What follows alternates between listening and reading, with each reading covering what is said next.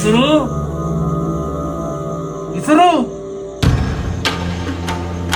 Andalita!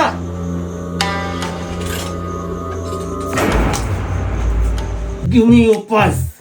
Otherwise, I'm going to kill you. ඕකනේ ඉතින් කියන්නේ I going to kill you කිව්වොත් ඉතින් වැරදීනේ ඔරෝ. I am going to kill you වෙන්න එපයි. දැන් මෙහෙම හිතන්නකෝ ඔයා මොකක් හරි දෙයක් කරන්න යනවා. හරිද?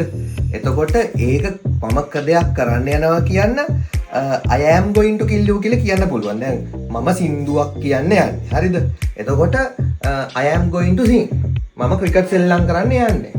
I am going to play cricket. මොනවා හරි දෙයක් ඔයා කරන්න යනවා නම් කරන්න හදනවා නම් I am going to කියන යෙදුම පාවිච්චි කරන්න පුළුවන්. Stop teaching.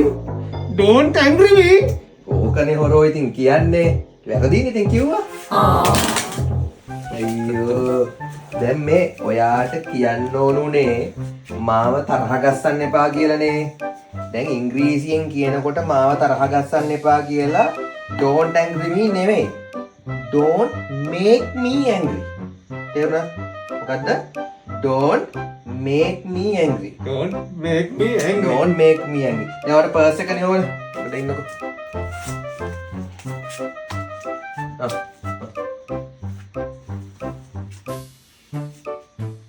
No.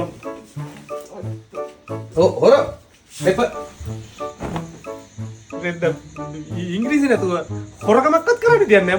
මොන පොකුලක්ද?